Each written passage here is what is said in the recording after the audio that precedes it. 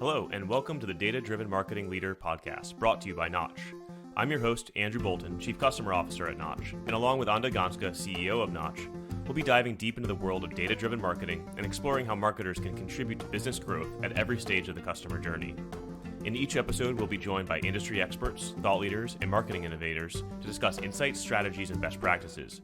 So don't forget to hit that subscribe button to stay up to date with the latest episodes. To learn more about Notch, you can visit notch.com. That's KNOTCH.com. Now, let's get started with today's episode. Welcome to this edition of the Data Driven Digital Marketer. I'm here today with Chantel Rapport. We discussed earlier that it is Rapport, not Report, who is the CMO of Upstart. So welcome to the show, Chantel. Thank you. Thank you for having me. So we were talking a little bit about your journey to your current role before we started, and you've had a very kind of interesting background, a little bit more non-traditional to other folks in your role.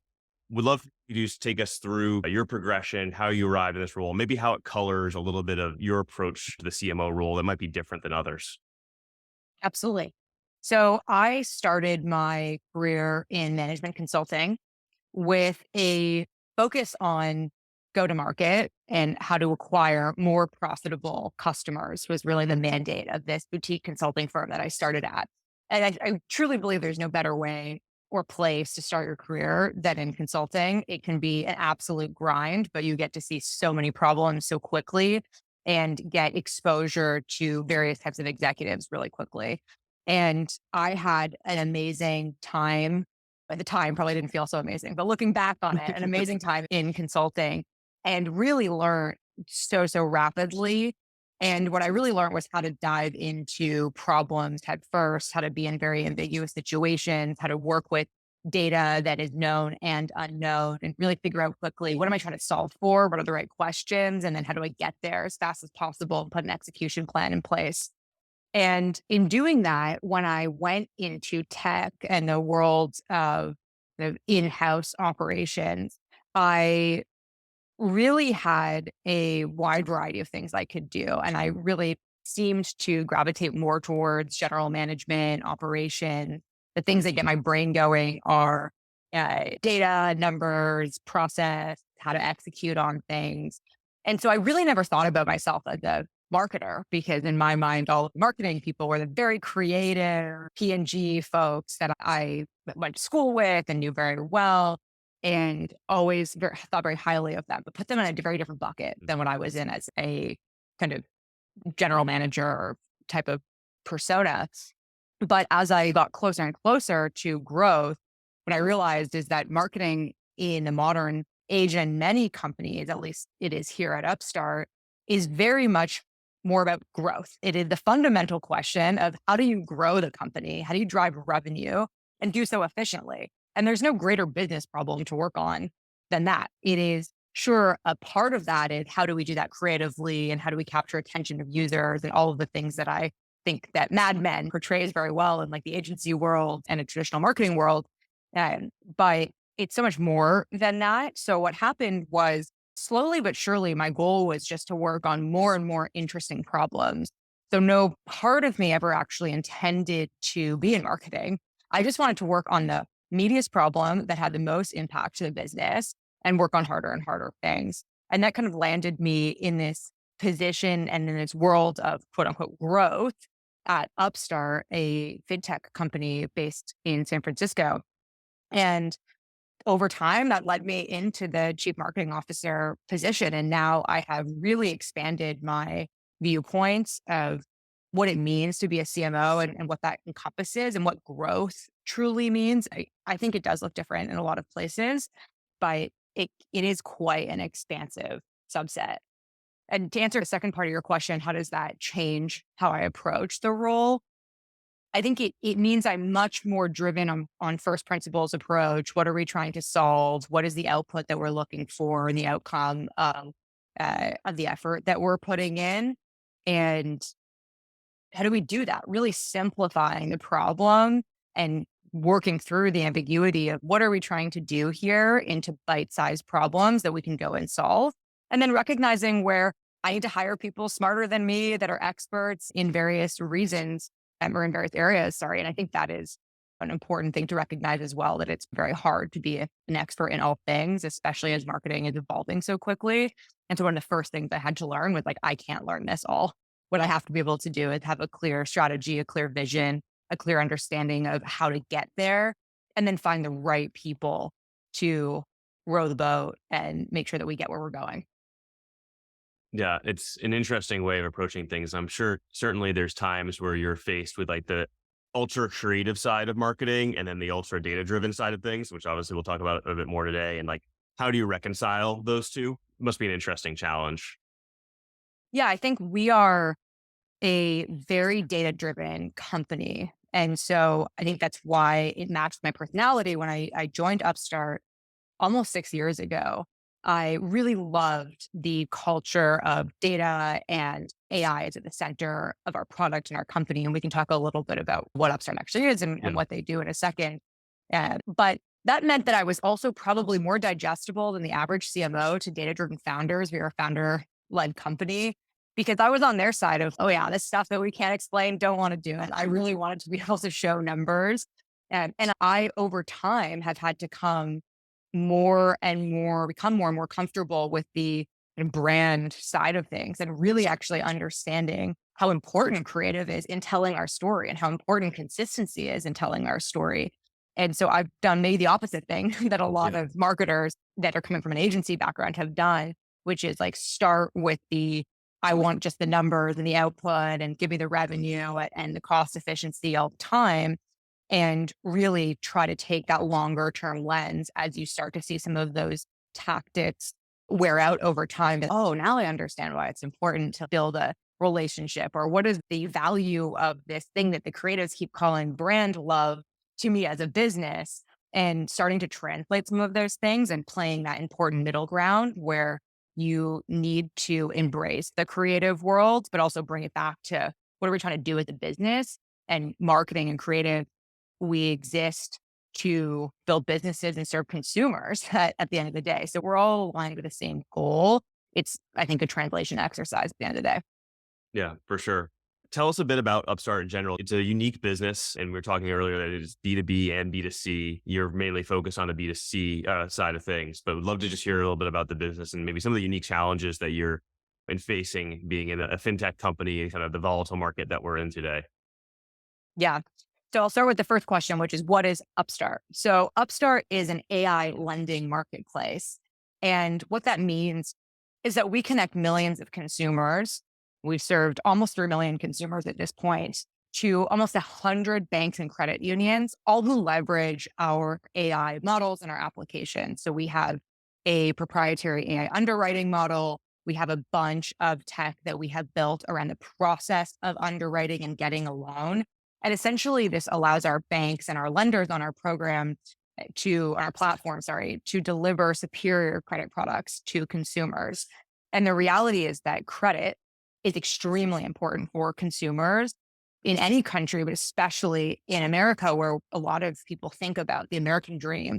And what really underpins the American dream is credit. When you really think Yeah, about it, it's it your is credit score. credit It's that the most important number other than your social security well, number and your birth date, I well, think. we can debate that. I think Oh, we don't believe that the credit score should be, but that I think that's exactly the what you reality right said now, but is, yeah, yeah, and that's a really sad reality. And I yeah, think that we would love to change that, where you're like, this 3-digit score defines me, and it really shouldn't. But the right. reality is, when we looked at this problem 10 plus years ago, we saw that there was this huge gap between people who had prime credit, who could rock around and say, look at my score, my 3 digits are so high, and those who had ever defaulted on a loan.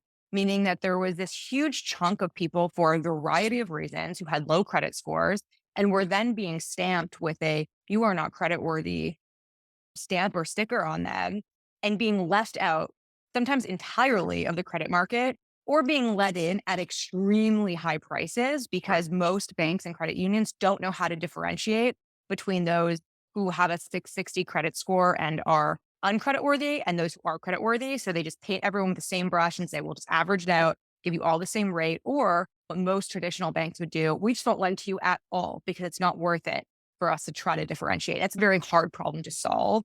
And that's really where we started, was in underwriting, which is, how do we solve that problem? How do we separate those who are creditworthy from not creditworthy?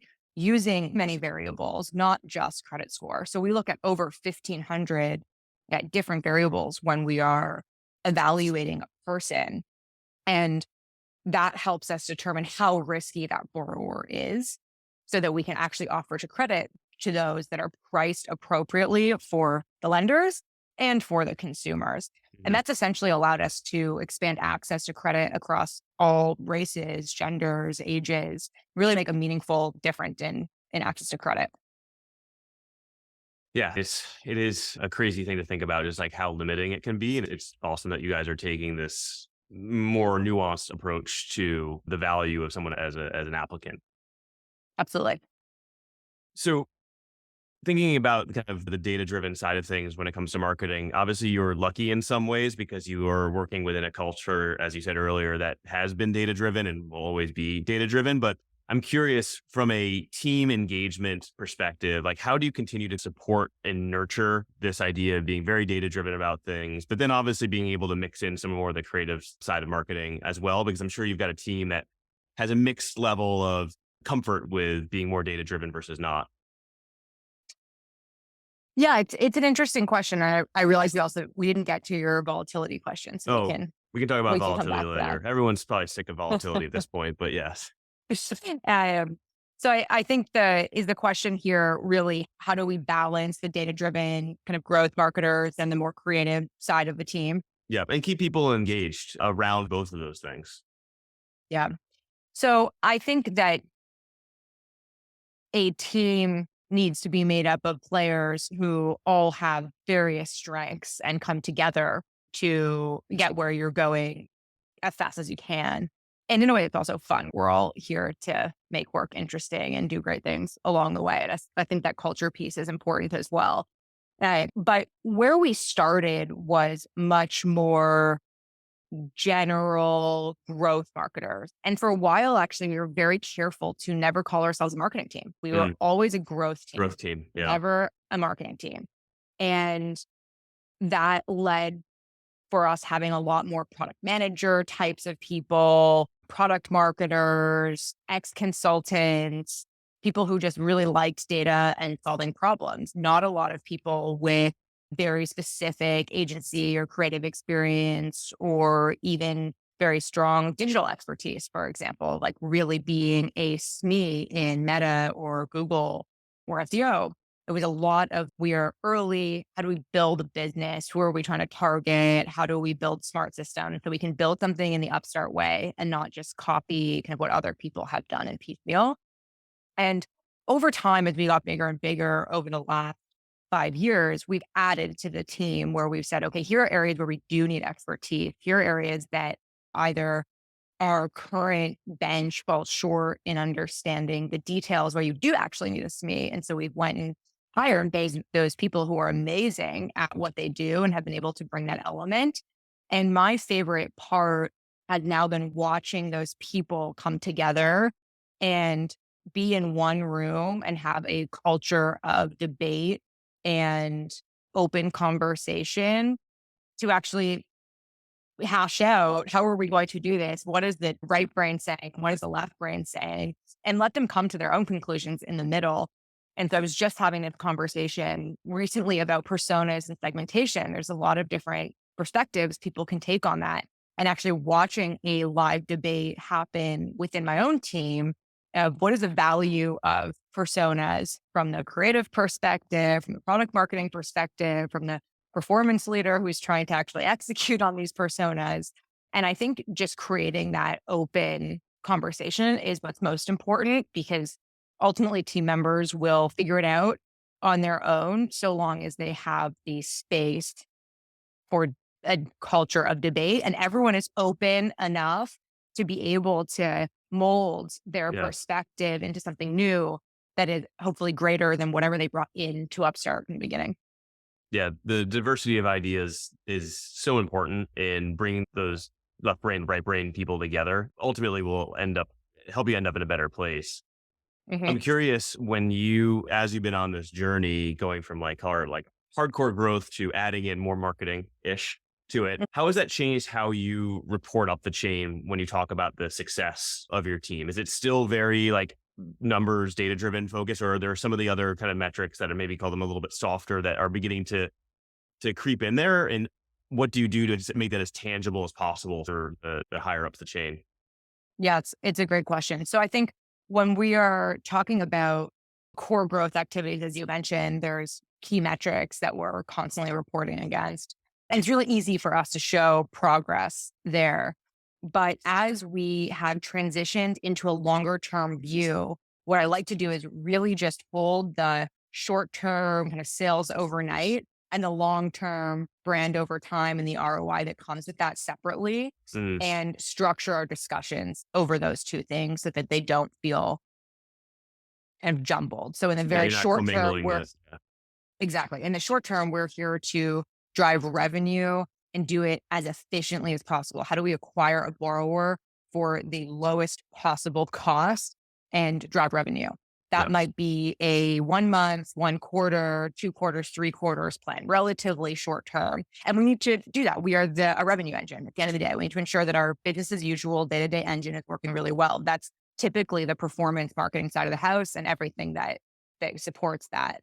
And then there's this grander vision. Where do we want to go in 5 years? If we want to be the number one destination for consumer credit, if we want to build XYZ, how do we get there? And really breaking down those steps. A lot of that is where we find this like foundational brand work. And what's important in talking to either a CEO or a board is explaining the connection point. So we're not just chasing the shiny brand because it's the fun thing to do and the creative team wants to do it. It's what is this in service of, and being able to explain what we're doing now and connect it to where we're going. I think that's relevant for brand. It's also relevant for technical infrastructure, which we're doing a lot of building now as well, where you can't have the things that you want overnight. And data is the same way. You can't just immediately collect. Reality is you can't just have every piece of data you've ever wanted. You have to invest in actually collecting the data and organizing the data in a way that's usable. And so you have to choose, do we want to make this investment or not? And what's important is that investment has a much longer ROI on it, but you're painting the kind of ROI picture and exactly when you expect to have results.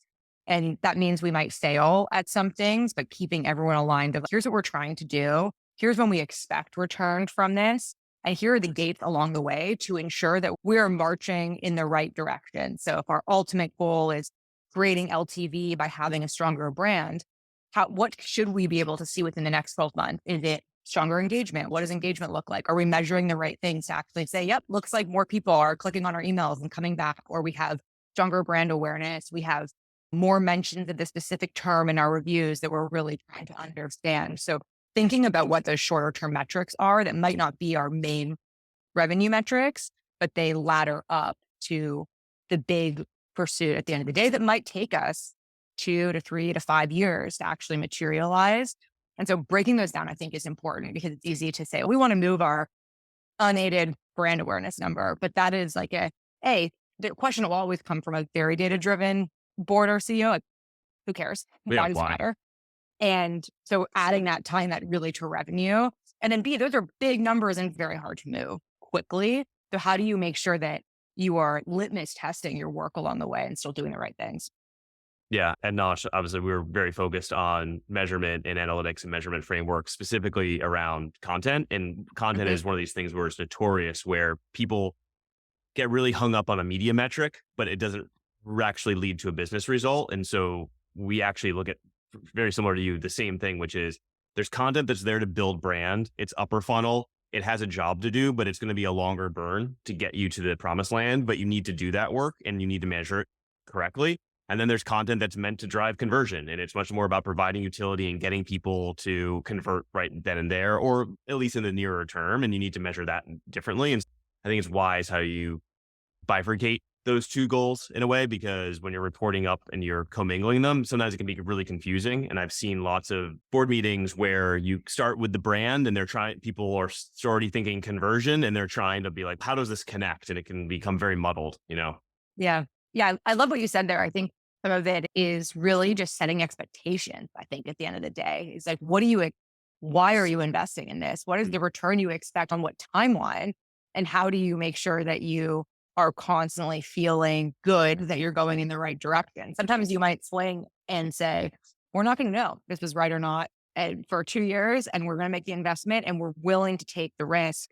I think there's a great book called Thinking in Bets, and the Yeah. summary that I always take away from that is like good decisions, bad outcomes can happen all the time. And I think just re-underwriting, are we having a good decision-making process? Did we make a great decision? That is a very different question than what was the outcome. And so being aligned and not coupling those things is also important, because you could have a brand effort that says this didn't go well. And if you're trying to convince a non-brand person that to do brand, and you launch one brand thing and it feels like we just lit a bunch of money on fire with some agency, they are never going to do it again. It is Yeah. really hard to decouple, like, this was a good decision. Here's why brand matters. Here's why we should keep investing in it, and separate that from, we spent all this money on a shining asset because I told you it was going to be important. Now the market has changed and that asset is sitting on a shelf somewhere that we spent a lot of money and time on. And so in Yeah. 12 months from now, when we have budget to spend, is that what we're going to run and spend our budget on? Probably not. Now those people feel a little burnt. And so I think connecting those expectations are important. Yeah. And getting agreement and alignment on the measurement framework before you do something versus trying to do it in flight or at the end is Absolutely. also incredibly important, because if you can get mutual support for, hey, this is what we're going to do and this is how we're going to measure it and this is what success looks like and this is what success does not look like, or here are the leading indicators, then if someone tries to call you out on it, you can always go back, we talked about this and here's how Right. we're actually, this is how this ladders up to the greater goal. And I think to some extent, this has been hard for me personally, and definitely a journey as someone who is very growth data oriented early on, would only want to do things if it improved conversion. It was like, how am I moving the funnel? Every single thing had to be a conversion win.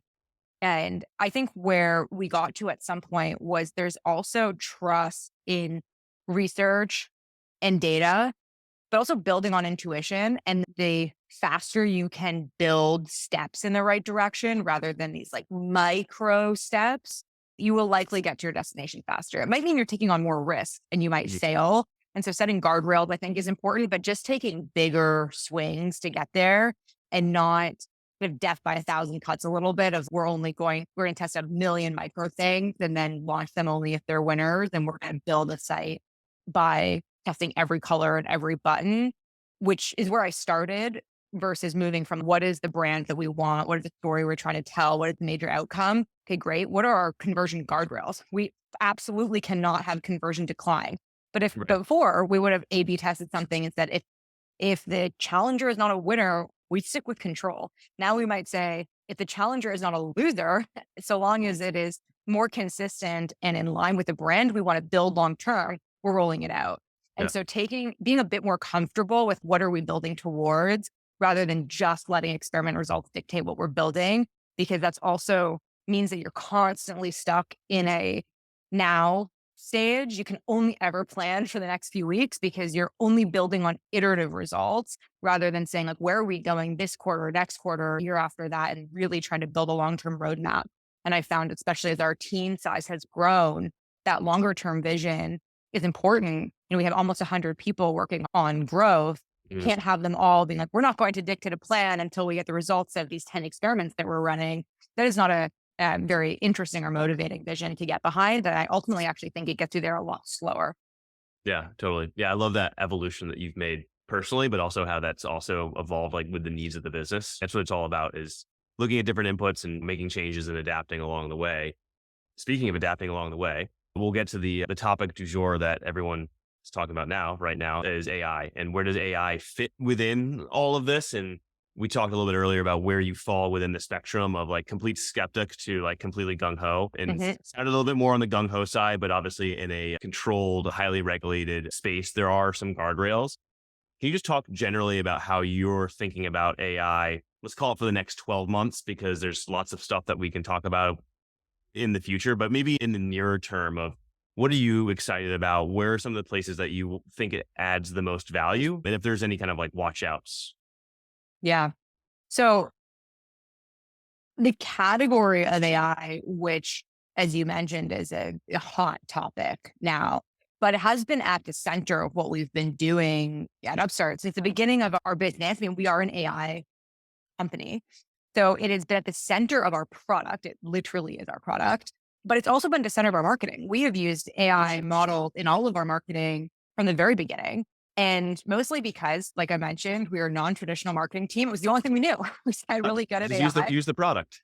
What are we going to do? Okay, let's build a model to select. Let's build a model for targeting. Let's build a model for creative. Let's build LTV models, MTA models. Like our strong suit was in ML.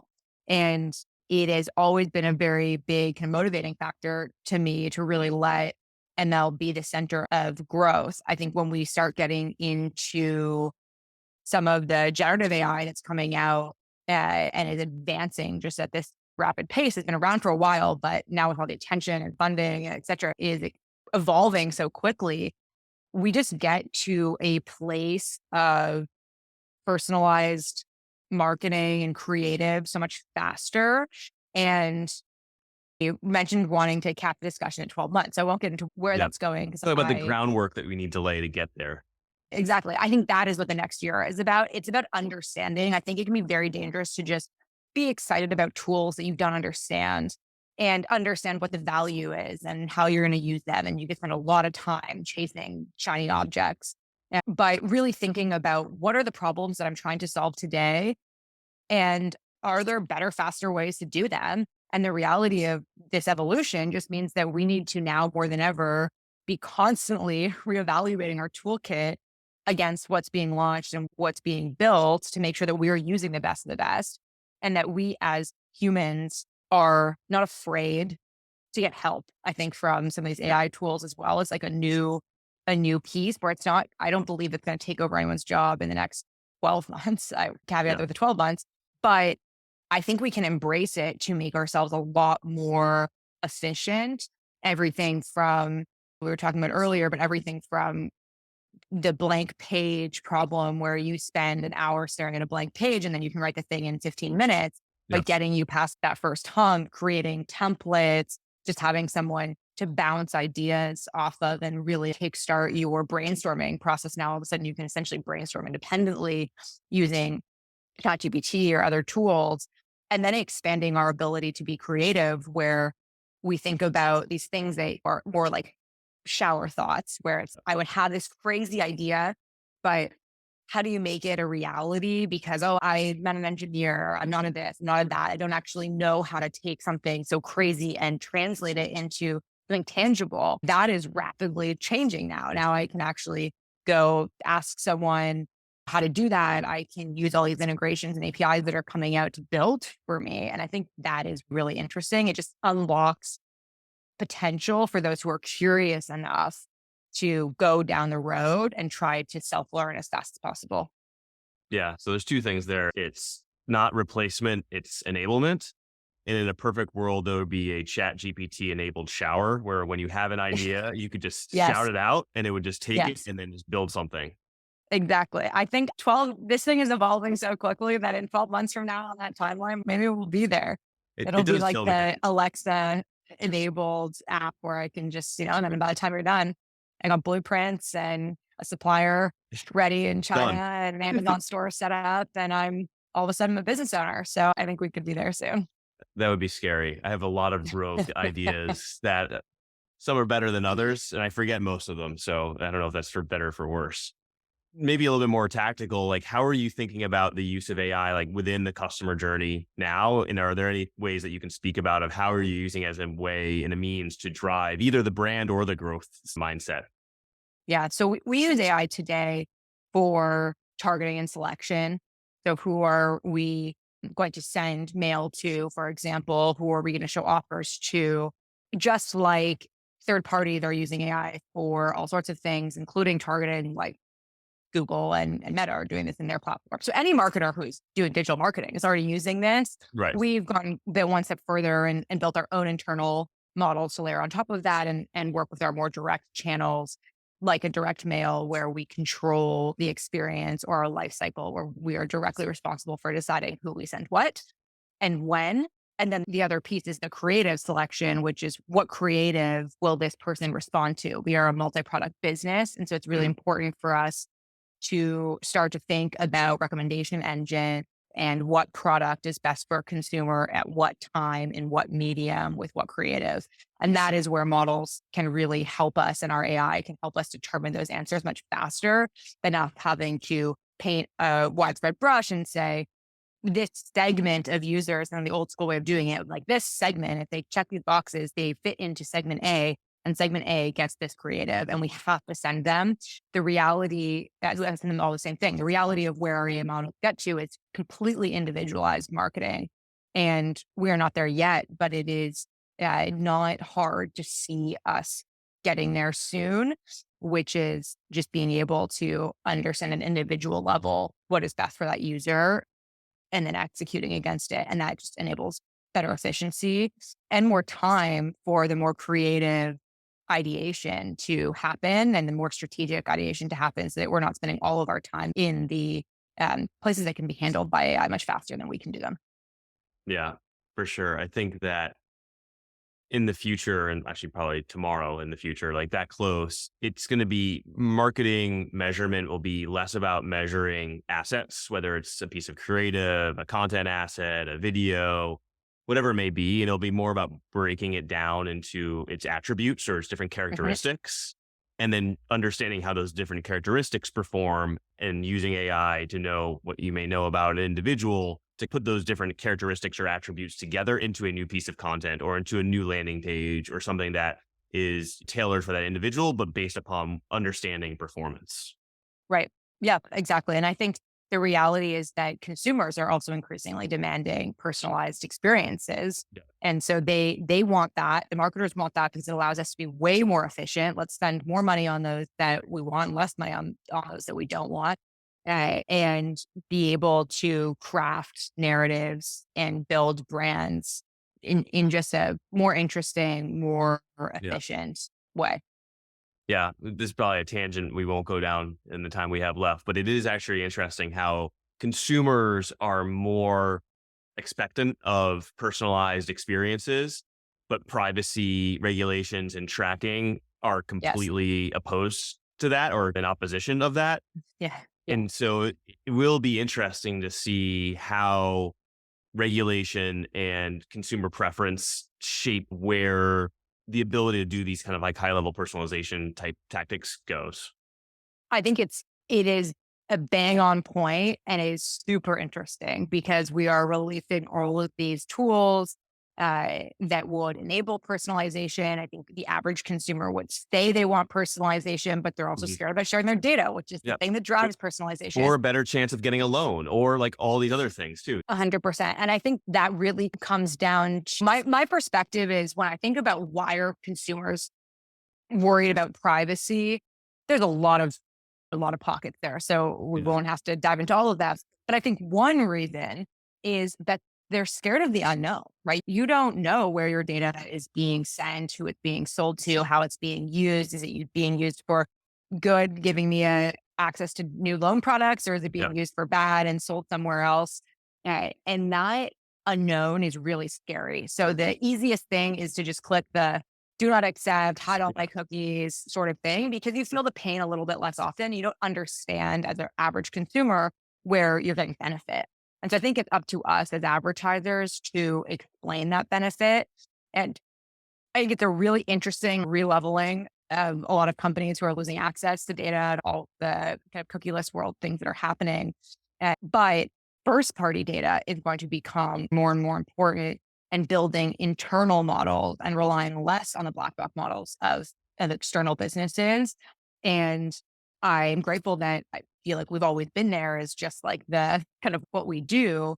But first party data is now going to be more important, which means we need the UX, we need the brand, goes back to brand. If we would need first party data, how do we make sure people give it to us? Well, people will give it to us if they trust us and we're explaining why we need it well. Well, how are Yeah. they going to trust us? We have a brand that they believe in and they trust. We're not a random internet company. Yeah. And And so I think all you're of these providing them things, you're providing them value. You're moving them along a customer journey and nurturing them so that when they get to right? that point of, hey, I'm going to give you some of this hard earned or protected data, that I trust that it's going to go to the right place, and I'm going Right. to get something in exchange for that. Exactly. So I think that will be more and more critical, and people will have to rely more on their own systems. We have been a little bit, I would say, unlucky in the way that financial services is highly regulated. And so we actually have never had access to many attributes on Meta and Google. We are in our category, just not allowed to access and targeting attributes like most brands would be. But the plus side of that is as those things are being taken away, we've never had them. So You're like, I'm a we're pro very at this used already. we're very used to operating in that world and understanding like what is the data that we're going to ask consumers for and why, and ensure that exchange is fair and valuable, and that it's clear that we're only asking for data that will give value to them. If it's not adding value to the consumer, we don't need it. We won't ask for it.